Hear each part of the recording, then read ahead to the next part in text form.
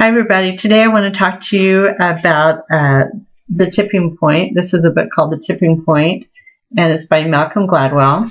And one of the chapters is about stickiness. So back in the 1960s, a lady named Joan Gantz Cooney wanted to create a show that would help children, especially children from the lower income families, become literate. So what she and some other people did, they came together and they created a show that they borrowed techniques from TV commercials to teach children numbers, and they used live animation to teach the alphabet. And they brought in celebrities, had them sing and dance to teach about cooperation.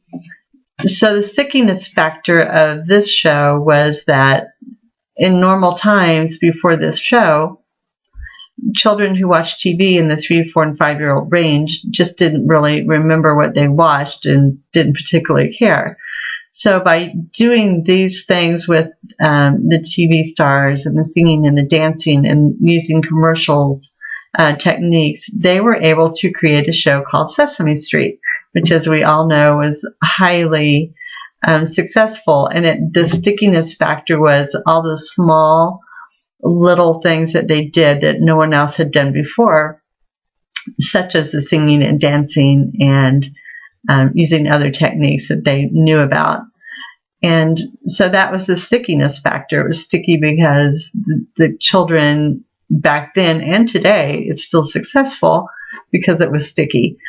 There was another time when Columbia, which is a huge company, was doing advertisement, and Wonderland, which is the advertising company that had been doing it for 20 years, were doing these commercials, and then they tried to bring in another advertising company to do some side commercials off of the Wonderland commercials. But what happened was Wonderland said, well, let's do this.